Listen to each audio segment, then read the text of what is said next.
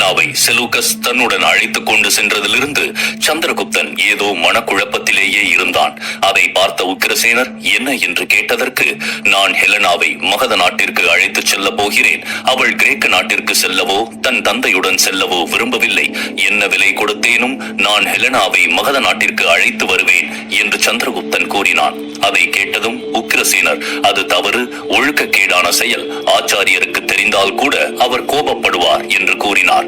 உக்கிரசேனர் கூறியதை கேட்ட சந்திரகுப்தன் சற்று உரத்த குரலில், இல்லை உக்கிரசேனரே, நான் செய்வது ஒன்றும் ஒழுக்கக்கேடான செயல் இல்லை. அந்த பெண் செலூகஸின் மகளாக இருந்திருக்கலாம். ஆனால் அவள் இன்று அவருடன் செல்ல விரும்பவில்லை. இதை அவளே என்னிடம் பலமுறை சொல்லி இருக்கிறாள். அதற்கு மாறாக இந்த நேரத்தில் செலூகஸ் தனது மகளை பலவந்தமாக அழைத்துச் சென்றுள்ளார். இதுதான் கடத்தல், இதுதான் ஒழுக்கக்கேடான செயல். இதை நான் ஒருபோதும் அனுமதிக்க மாட்டேன் என்று கூறினான். பிறகு திடீரென்று சற்று உணர்ச்சி வசப்பட்டு, உக்கிரசேனரே, செலூகஸ் ஹெலனாவை இங்கிருந்து அழைத்துச் செல்லும் போது அவள் எவ்வளவு கவலையுடன் என்னை பார்த்து கெஞ்சினாள் என்பதை நீங்கள் பார்க்கவில்லையா? அவள் கண்களில் என்னை எப்படியாவது தடுத்து நிறுத்துங்கள், எனக்கு கிரேக்க நாட்டிற்கு செல்ல விருப்பம் இல்லை என்று திரும்ப திரும்ப சொல்வது போல் இருந்தது. அது மட்டுமின்றி செலூகஸின் பிடியிலிருந்து என்னை விடுவித்து விடுங்கள் என்பது போலவும் இருந்தது என்று கூறிக்கொண்டிருக்கும் பொழுதே உக்கிரசேனர் குறுக்கிட்டு, மன்னிக்கவும் சக்கரவர்த்தி சந்திரகுப்தா, ஆனால் இப்போது நீ உன் வரம்புகளை மீறுகிறாய். இது செலூகஸிற்கும் ஹெலனாவிற்கும் இடையிலான தனிப்பட்ட விஷயம். இதில் நீ கவலைப்படுவதற்கு என்ன இருக்கிறது?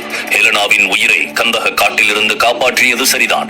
அவளை உனது பாதுகாப்பின் கீழ் கொண்டு சென்றது சரிதான். ஆனால் அவள் எவ்வளவு காலம்தான் உனது பாதுகாப்பிலேயே இருப்பாள்? அவள் நிச்சயமாக ஒரு நாள் தன் நாட்டிற்கு திரும்ப வேண்டும். அது இந்த நாள் தான் என்பதை நீ புரிந்து கொள். அவள் செலூகஸின் மகள். அதனால் அவளுடைய பாதுகாப்பை பற்றி இனிமேல் நீ கவலைப்பட தேவையில்லை என்று கூறினார். உக்கிரசேனர் இவ்வளவு தூரம் சொல்லியும் சந்திரகுப்தன் தன்னுடைய பேச்சில் பிடிவாதமாக இருந்தான். இல்லை உக்கிரசேனரே, ஹெலனா தனது முழு விருப்பத்தின் பேரில் தான் மகத நாட்டில் உள்ள அரண்மனைக்கு வந்தாள். நான் வரும் வரை அவள் அங்கேயேதான் இருந்திருப்பாள். ஆனால் செலூகஸ் இப்படி நடந்து கொண்டதை என்னால் ஏற்றுக்கொள்ள முடியாது. ஏனென்றால் அவன் சொல்லிக் கொண்டிருக்கும் பொழுதே சந்திரகுப்தன் சட்டென்று அமைதியானான். அவன் வேண்டுமென்றேதான் தனது கருத்தை முழுமையாக சொல்லாமல் விட்டுவிட்டான். சந்திரகுப்தன் கூறியதை கேட்ட உக்கிரசேனர் அவனை உற்று பார்த்து, ஏனென்றால் என்ன சந்திரகுப்தா, ஏன் பாதியிலேயே நிறுத்திவிட்டாய்? அப்படி என்றால் நீ ஹெலனாவை காதலிக்கிறாயா என்று கேட்டார். அதை கேட்ட சந்திரகுப்தன் உரத்த குரலில், அதற்கு வாய்ப்பே இல்லை உக்கிரசேனரே. ஹெலனாவை நான் காதலிக்கவில்லை. அவள் மேல் எனக்கு எந்த உணர்வுகளும் இல்லை. இப்போதும் எப்போதும் நான் இளவரசி நந்தினியை மட்டுமே காதலிக்கிறேன். ஆனால் இந்த கிரேக்க பெண் எனக்காக நிறைய செய்திருக்கிறாள். ரமணிகாவின் மாய மாளிகையில் இருந்து என்னை விடுவிப்பதற்காக அவள் தன் உயிரை கூட பணயம் வைத்திருந்தாள். உண்மையில் அவள் அதிலும் கிட்டத்தட்ட வெற்றி பெற்றாள். இதற்காக நான் அவளிடம் பெரும் கடன் பட்டிருக்கிறேன். அதனால் நான் உயிருடன் இருக்கும் வரை ஹெலனாவை யாராலும் அவளுடைய சம்மதம் இல்லாமல் இங்கிருந்து அழைத்துச் செல்ல முடியாது. ஏன் அவளுடைய தந்தை செலூகஸாலும் கூட முடியாது என்று கூறினான். உக்கிரசேனர் இப்போது சந்திரகுப்தரின் மனநிலையை புரிந்து கொண்டார். சற்று நேரம் யோசித்த உக்கிரசேனர், அப்படியானால் பரவாயில்லை சக்கரவர்த்தி சந்திரகுப்தா, இனி நடப்பது நடக்கட்டும், பார்த்துக் கொள்ளலாம். எப்படியும் நாம் இங்கு வந்த வழியிலேயே மகத நாட்டிற்கு திரும்ப செல்ல முடியாது. ஏனென்றால் செலூகஸின் கிரேக்க படை அங்கிருந்துதான் கிளம்பும். எனவே நாமும் கடல் வழியேதான் செல்ல வேண்டும்.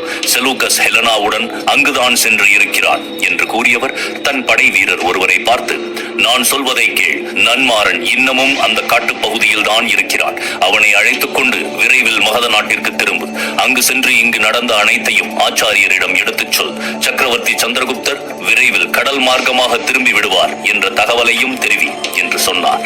உடனே அந்த படை வீரன் அங்கிருந்து மகத நாட்டை நோக்கி சென்றான். அதன் பிறகு உக்கிரசேனரும் சந்திரகுப்தனும் மீதம் இருக்கக்கூடிய மகத நாட்டின் போர் வீரர்களுடன் நாட்டின் வடகிழக்கு திசையை நோக்கி கிளம்பினார்கள்.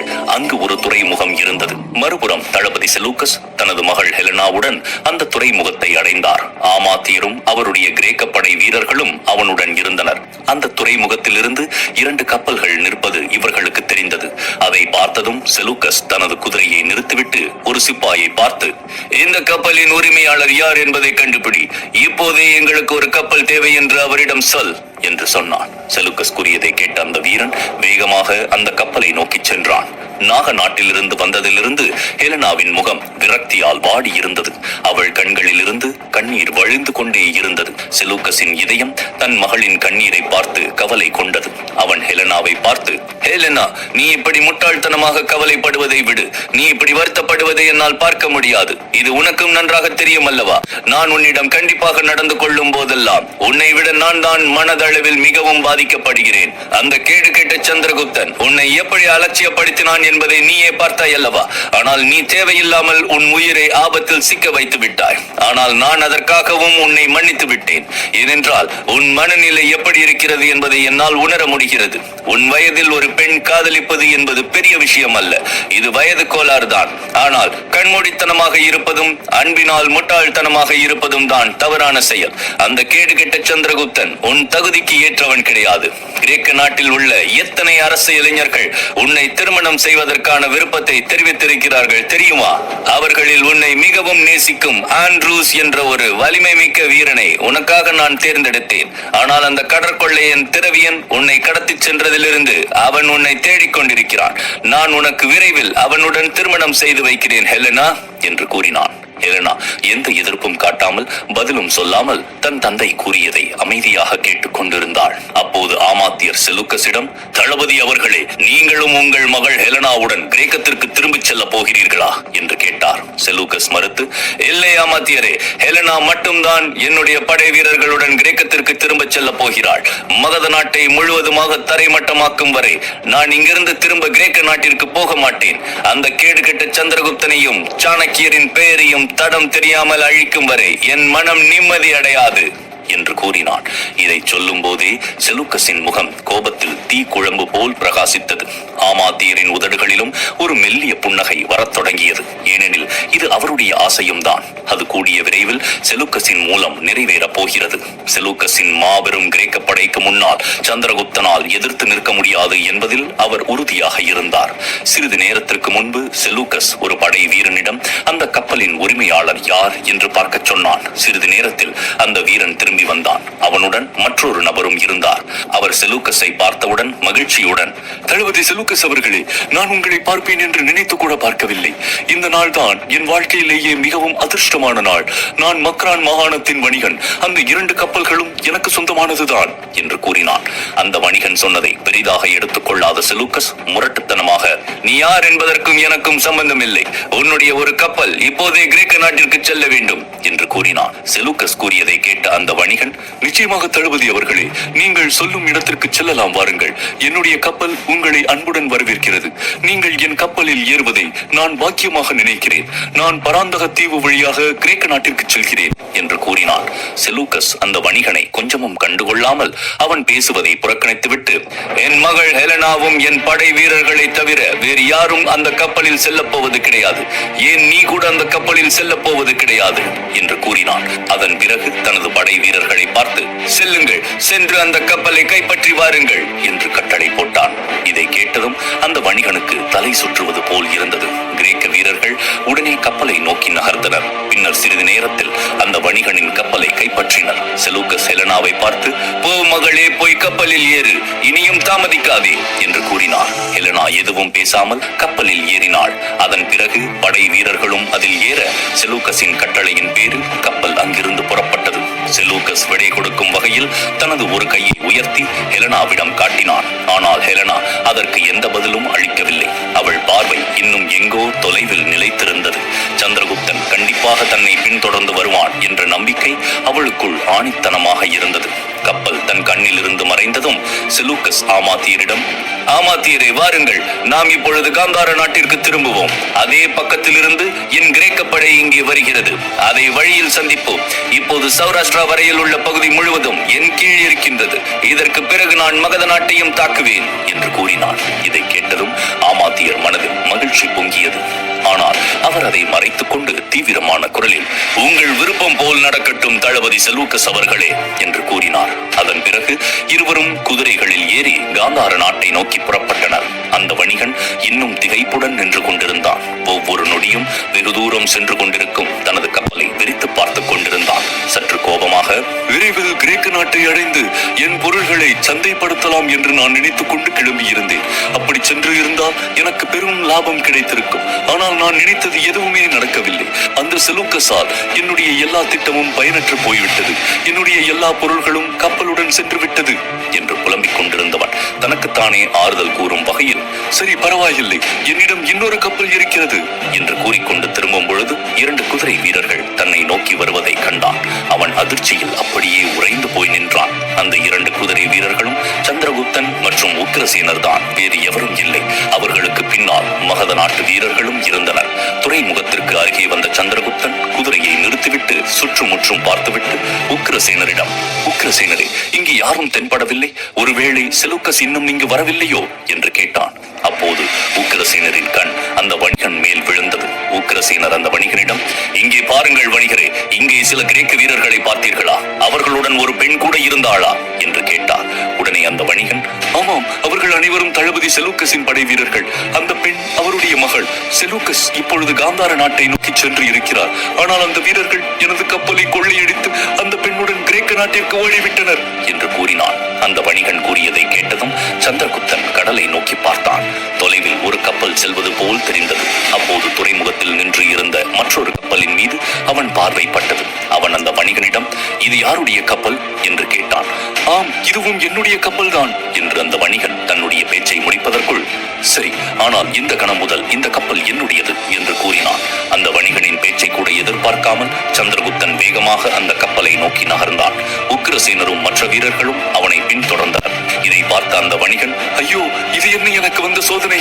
இப்போதுதான் ஒரு கப்பலை பறிகொடுத்தேன், இப்போது இன்னொன்றையும் பறிகொடுத்து விடுவேன் போல இருக்கிறதே என்று நினைத்தவன் திடீரென்று அவனும் அவர்களை பின்தொடர்ந்து ஓடி அவர்களிடம், ஐயா, ஐயா, என் மீது கொஞ்சம் கருணை காட்டுங்கள், நான் சொல்வதை கொஞ்சம் காது கொடுத்து கேளுங்கள். நான் ஒரு சிறு வணிகன் தான். அந்த பொல்லாத செலூக்கஸின் வீரர்கள் ஏற்கனவே எனது கப்பலில் ஒன்றை எடுத்துக்கொண்டு ஓடிவிட்டனர். இப்போது நீங்களும் இந்த கப்பலை எடுத்துக்கொண்டால் இனி நான் என்ன செய்வது? என்னிடம் இருப்பது 2 கப்பல்கள் தான் என்று கெஞ்ச ஆரம்பித்தான். இதை பார்த்த உக்கிரசேனர் கடுமையான குரலில், தேவையில்லாமல் பேசாதே. நாங்கள் ஒன்றும் உன் கப்பலை தூக்கி கொண்டு ஓடப்போவதில்லை. அந்த கிரேக்க பெண் கிரேக்க நாட்டிற்கு போவதை தடுத்து நிறுத்த வேண்டும். அந்த பெண்ணை காப்பாற்றிவிட்டு சிறிது நேரத்திலே உன்னுடைய கப்பலை உன்னிடம் திருப்பி தந்து விடுவோம் என்று கூறினார். இந்த நேரத்தில் சந்திரகுப்தனின் படை வீரர்கள் கப்பலில் ஏறத் தொடங்கினர்.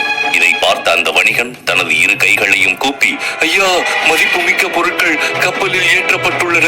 முதலில் நான் அந்த பொருட்கள் அனைத்தையும் எடுத்துக் கொள்கிறேன். அதற்கு பிறகு நிச்சயமாக நீங்கள் காலியாக உள்ள கப்பலை எடுத்துக் கொள்ளுங்கள் என்று கெஞ்சினான். இப்பொழுது சந்திரகுப்தனுக்கு அந்த வணிகன் கேட்டுக்கொண்டதை செய்ய நேரமில்லை. ஏனென்றால் ஹெலனா செல்லும் அந்த கப்பல் வெகு தூரம் சென்று கொண்டிருந்தது. சந்திரகுப்தன் அந்த வணிகனை பார்த்து, நாங்கள் ஒன்றும் கொள்ளையர்கள் இல்லை, உங்கள் பொருட்களை தொடவே மாட்டோம். இதற்கு மேலும் உங்களுக்கு ஏதாவது சந்தேகம் இருந்தால் நீங்களும் எங்களுடன் வாருங்கள். ஆனால் எங்கள் நேரத்தை இப்படி தேவையில்லாமல் வீணடிக்காதீர்கள் என்று கூறினான். சந்திரகுப்தன் கூறியதை கேட்ட அந்த வணிகன் சிறிது நேரம் யோசித்துவிட்டு பிறகு சந்திரகுப்தனுடன் அந்த கப்பலில் ஏறினான். கப்பலில் வணிகனின் மாலுமிகள் இருந்தனர். அவர்களை பார்த்த சந்திரகுப்தன், கப்பலை விரைவுபடுத்துங்கள், உங்களுடைய முதல் கப்பலை நாம் கூடிய விரைவில் அடைய வேண்டும் என்று கட்டளையிட்டான்.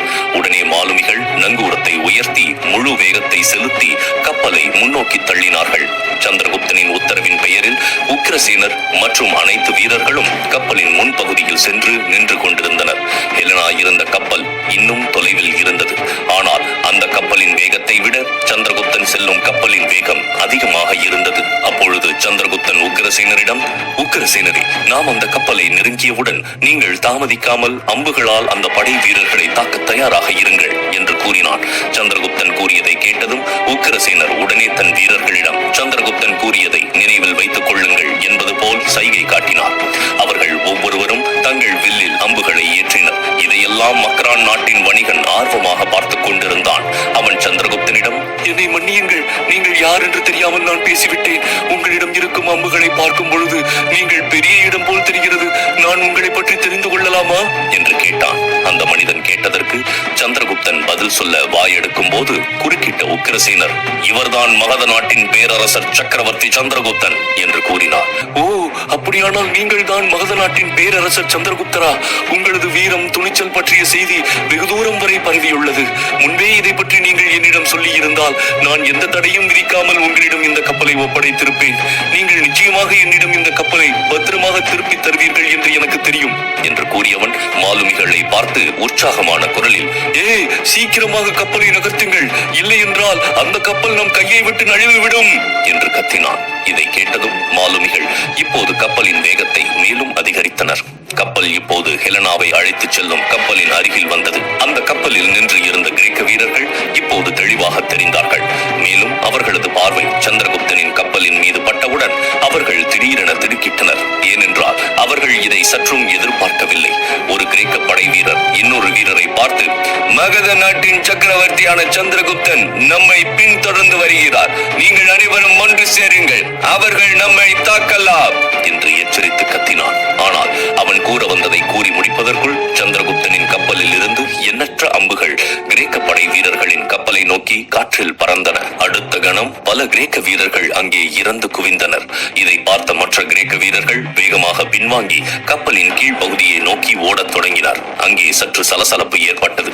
கப்பலில் இருந்த ஹெலனா சந்திரகுப்தனின் பெயரை கேட்டவுடனே உற்சாகம் அடைந்தாள். கப்பலின் மேற்பகுதிக்கு வருவதற்காக ஏற முயன்றாள். ஆனால் ஒரு கிரேக்க வீரன் அவளை கீழே கப்பலின் அடிப்பகுதிக்குள் இழுத்தான்.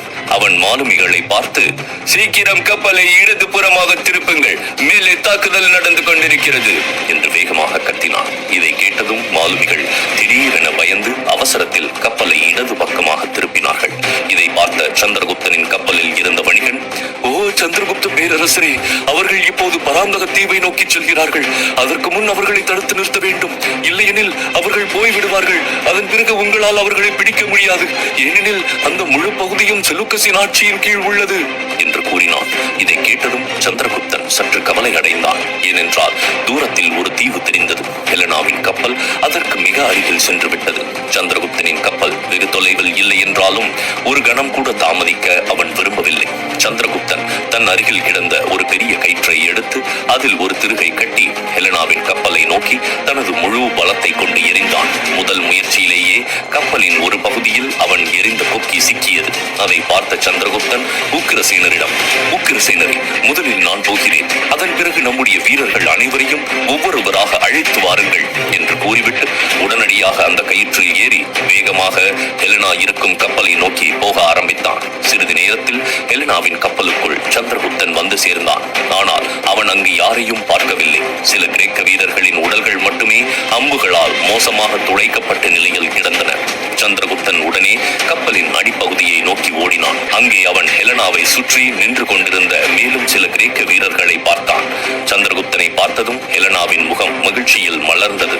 சந்திரகுப்தன் அங்கு இருந்த கிரேக்க வீரர்களை பார்த்து, உங்கள் உயிரை காப்பாற்றிக் கொள்ள விரும்பினால் ஹெலனாவை என்னிடம் ஒப்படையுங்கள் என்று அவன் பேசி முடிப்பதற்குள் ஒரு வீரன் சந்திரகுப்தனின் மீது தனது வாளை எறிந்தான். அந்த வாள் நேராக சந்திரகுப்தனின் கையை கிழித்தது. உடனே அங்கிருந்து ரத்தம் வழிய ஆரம்பித்தது. இதை பார்த்த ஹெலனா, சக்கரவர்த்தி சந்திரகுப்தரே என்று கத்தி அழ ஆரம்பித்தாள். திடீரென்று அவள் நிராயுதபாணியாக தன் தந்தையின் கிரேக்க வீரர்களுடன் சண்டை போட ஆரம்பித்தாள். வாள் தாக்கியதில் சற்று நிலை தடுமாறிய சந்திரகுப்தன் கன நேரத்தில் தன்னை சுதாரித்துக் கொண்டு அந்த கிரேக்க வீரர்களுடன் போரிடத் தொடங்கினான். அவனுடைய வாள் மின்னல் வேகத்தில் கிரேக்க படை வீரர்களின் மீது பாய்ந்தது. கண்ணிமைக்கும் நேரத்தில் அனைத்து கிரேக்க வீரர்களின் வாழ்க்கையும் முடிந்துவிட்டது. ஹெலனாவால் தன்னை கட்டுப்படுத்திக் கொள்ள முடியவில்லை. அவள் உணர்ச்சி வசப்பட்டு சந்திரகுப்தனிடம் வந்து அவனை கட்டி அணைத்துக் கொண்டாள். அவள் சந்திரகுப்தனிடம், என் அப்பாவுக்கு முன்னால் உங்கள் நடத்தையால் நீங்கள் என்னை மிகவும் காயப்படுத்தி இருந்தாலும் ஏனென்று தெரியவில்லை. நிச்சயமாக என் பின்னால் நீங்கள் வருவீர்கள், என்னை உங்களுடன் அழைத்துச் செல்வீர்கள் என்று நான் மீண்டும் மீண்டும் உணர்ந்தேன். சக்கரவர்த்தி சந்திரகுப்தரே, என் வேண்டுதலை அந்த கடவுள் கேட்டிருக்கிறார் என்று கூறினாள். ஆனால் சந்திரகுப்தன் அவளை தன்னிடமிருந்து பிரித்து, உன்னை மிகவும் கவனமாக பார்த்துக்கொள் ஹெலனா. உன்னை பின்தொடர்வதற்கான ஒரே காரணம், நீ விரும்பாதவரை என் அடைக்கலத்தில் இருக்கும் உன்னை யாரும் அழைத்துச் செல்ல முடியாது, அது உன்னுடைய அப்பாவாக இருந்தாலும் சரி என்று கூறினான். சந்திரகுப்தனின் இத்தகைய கடுமையான நடத்தையை பார்த்து மகிழ்ச்சியில் பிரகாசித்த ஹெலனாவின் முகம் சட்டென்று அணையத் தொடங்கியது. பயங்கரமான சத்தத்துடன் கடல் அலைகளில் நடுங்கிக் கொண்டிருந்த அந்த கப்பல் திடீரென நின்றது. சந்திரகுப்தன் ஒரு கணம் திடுக்கிட்டான். அடுத்த கணம் ஹெலனாவின் கையை பிடித்துக் கொண்டு அவளுடன் கப்பலின் மேல் தளத்திற்கு விரைந்தான். உக்கிரசேனர் கிரேக்க வீரர்களின் சடலங்களுக்கு மத்தியில் நின்று கொண்டிருந்தார். அத்துடன் மகத நாட்டு வீரர்கள் அனைவரும் இந்த கப்பலுக்கு வந்து சேர்ந்தனர். வணிகனின் கப்பல்கள் இரண்டும் கடற்கரையில் நிற்பதை சந்திரகுப்தன் பார்த்தான். இதை பார்த்த வணிகனும் மிகவும் மகிழ்ச்சியாக இருந்தான். அவன் சந்திரகுப்தனை பார்த்து, சந்திரகுப்த பேரரசரே, நான் உங்களை பற்றி கேள்விப்பட்டதை விட நீங்கள் ஒரு துணிச்சலான மனிதன் தான் என்பதை நிரூபித்து விட்டீர்கள். செலூக்கஸின் கிரேக்க வீரர்களை நீங்கள் தனியாக அழித்தீர்கள். இதை பார்க்கும் பொழுது ஆச்சரியமாக இருக்கிறது. என்னுடைய பொருட்கள் அனைத்தும் கொள்ளையடிக்கப்படாமல் என்னை காப்பாற்றியதற்காக என் ஆழ் மனதில் இருந்து உங்களுக்கு நன்றி கூறுகிறேன். என்னுடைய கப்பல்களும் எனது உடைமைகளும் இப்பொழுது முற்றிலும் பாதுகாப்பாக இருக்கின்றன என்று கூறினான். அவன் கூறிய எதையும் செவிசாய்க்காமல் உக்கிரசேனர், ஆனால் நாம் இப்போது இங்கிருந்து திரும்ப வேண்டும், அதனால் உன் கப்பல் மீண்டும் தேவைப்படுகிறது என்று கூறினார். இதை கேட்டதும் அந்த வணிகன், நிச்சயமாக என்னுடைய இந்த கப்பலையும் அதன் மாலுமிகளையும் நீங்கள் மகிழ்ச்சியுடன் அழைத்துச் செல்லலாம். மாறாக இது நான் பேரரசு சந்திரகுப்தருக்கு அளித்த பரிசு. எனக்கு ஒரு கப்பல் போதும், நான் கிரேக்க நாட்டிற்கு செல்கிறேன் என்று கூறினான். பிறகு அவன் திடீரென தீவிரமான குரலில், ஆனால் சந்திரகுப்தர் திரும்பி செல்வதற்கு முன் இந்த கிரேக்க வீரர்களின் இறந்த உடல்களை கடலில் தூக்கி எறிய வேண்டும். ஏனென்றால் பராந்தக தீவை சுற்றியுள்ள இந்த பகுதிகள் முழுவதும் செலூக்கஸின் வசம் உள்ளது. இங்கே அவருடைய வீரர்கள் அதிகம் இருக்கலாம் என்று கூறினான். ஆனால் சந்திரகுப்தன் திடீரென்று அதிர்ச்சி அடைந்தான். அந்த வணிகனின் வாயிலிருந்து பராந்தக தீவின் பெயரை அவன் ஏற்கனவே கேள்விப்பட்டிருந்தாலும் அப்பொழுது அவனுடைய கவனமெல்லாம் ஹெலனாவின் மீதுதான் இருந்தது. ஆனால் இப்பொழுது இந்த பெயரை மீண்டும் கேட்கும் போது அவனது மனதில் ஒரு மின்னல் வெட்டியது. அவன் உக்கிரசேனரிடம், உக்கிரசேனரே, கடற்கொள்ளையர்களின் தளபதி திரவியன் இளவரசி நந்தினியை அழைத்துச் சென்ற அதே தீவுதானே இது? ஆச்சாரியர் சம்புநாதரை கூட இங்கு அனுப்பி வைத்தாரே என்று கூறவும் உக்கிரசேனருக்கும் திடீரென்று ஞாபகம் வந்தது. அவர் சந்திரகுப்தனை பார்த்து, ஆமாம் சந்திரகுப்தா, இதே பராந்தக தீவுதான். நாம் மகத நாட்டிலிருந்து சௌராஷ்டிராவை நோக்கி ஒன்றிணைந்த பாரதத்திற்காக அனைத்து நாடுகளையும் மகத நாட்டுடன் இணைக்கும் பணியில் ஈடுபட்டிருந்த போது ஆச்சாரியர் சம்புநாதரை இங்கு அனுப்பி வைத்தார் என்று உக்கிரசேனர் பேசி முடிப்பதற்குள் குறுக்கிட்ட சந்திரகுப்தனுக்கு மற்றொன்று நினைவுக்கு வந்தது. அவன் ஹெலனாவை பார்த்து, ஹெலனா, நீ அந்த நேரத்தில் மகத நாட்டின் அரண்மனையில் இருந்தாய் அல்லவா? அதுவரை சம்புநாதர் திரும்பி வந்தாரா, வரவில்லையா என்று கேட்டான். சம்புநாதர் எந்த காயமும் நல்லபடியாக திரும்பி வந்தார் என்பதும் பராந்தக தீவிலிருந்து இளவரசி நந்தினியை அழைத்து வரச் சென்ற அவருடைய முயற்சி தோல்வி அடைந்தது. அதற்கு மாறாக இந்த தீவில் ஏற்பட்ட கடுமையான தீயில் நந்தினி கொல்லப்பட்டாள். இது அனைத்தும் தெரிந்தும் ஹெலனாவால் இதையெல்லாம் சொல்ல முடியவில்லை. சந்திரகுப்தன் ஹெலனாவை இன்னும் கேள்வியாகவே பார்த்துக் கொண்டிருந்தான். சற்றே தைரியத்தை வரவழைத்துக் கொண்ட ஹெலனா பொறுமையான குரலில், இல்லை சக்கரவர்த்தி சந்திரகுப்தரே, எனக்கு அதை பற்றி எதுவும் தெரியவில்லை. ஆனால் இது எப்படி சாத்தியம்? இந்த சம்பவம் நடந்து வெகு நாட்கள் கடந்து விட்டது. சம்புநாதர் இந்நேரம் திரும்பி வந்திருக்க வேண்டும். வரவில்லை என்றால் அவர்களுக்கு என்ன ஆனது என்று தெரியவில்லையே என்று சந்திரகுப்தன் அதிர்ச்சியுடன் கேட்டான். ஆனால் ஹெலனா இப்போது எதுவும் பேசவில்லை. மாறாக அவள் தலையை தாழ்த்தி கொண்டாள். சந்திரகுப்தன் இப்போது மிகவும் கலக்கமடைந்தான். அவன் உக்கிரசேனரிடம், உக்கிரசேனரே, நீங்கள் ஹெலனா மற்றும் படை வீரர்களுடன் மகத நாட்டிற்கு செல்லுங்கள். நான் பராந்தக தீவில் இளவரசி நந்தினியை தேடிச் செல்கிறேன் என்று கூறினான். சந்திரகுப்தனின் இந்த முடிவை தெரிந்து கொண்ட உக்கிரசேனர் சற்று கோபமடைந்தார். அவர் கோபத்துடன் சந்திரகுப்தனை பார்த்து, சக்கரவர்த்தி சந்திரகுப்தரே, என்னை மன்னிக்கவும். உன்னுடைய தனிப்பட்ட காரணங்களால் நீ மகத நாட்டை மறந்து விட்டாய். முன்பு ஹெலனாவை உன்னுடன் மகத நாட்டிற்கு அழைத்துச் சென்றாக வேண்டும் என்று வலியுறுத்திய நீ இப்போது இளவரசி நந்தினி விஷயத்தில் மீண்டும் பிடிவாதம் காட்டுகிறாய். சம்புநாதர் நந்தினியை அழைத்து வருவார் என்பதில் உனக்கு நம்பிக்கை இல்லையா? இந்நேரம் அவர் இளவரசி நந்தினியை பத்திரமாக மகத நாட்டிற்கு அழைத்து வந்திருக்க வேண்டும். காந்தாரா நாட்டிலிருந்து சௌராஷ்டிரத்தை நோக்கி செலூக்கஸின் ஒரு பெரிய கிரேக்க படை வந்திருப்பது உனக்கு தெரியும் அல்லவா? நீ விரைவில் இப்போதே மகத நாட்டை அடைந்து போர் வியூகம் செய்ய வேண்டும் என்று உக்கிரசேனர் கூறினார். சந்திரகுப்தன் உண்மையிலேயே நந்தினியை தேடிச் செல்வானா? மேலும் நந்தினியின் மரணம் குறித்து ஹெலனா அவர்களிடம் சொல்லவே மாட்டாளா? தெரிந்து கொள்ள மேலும் கேளுங்கள்.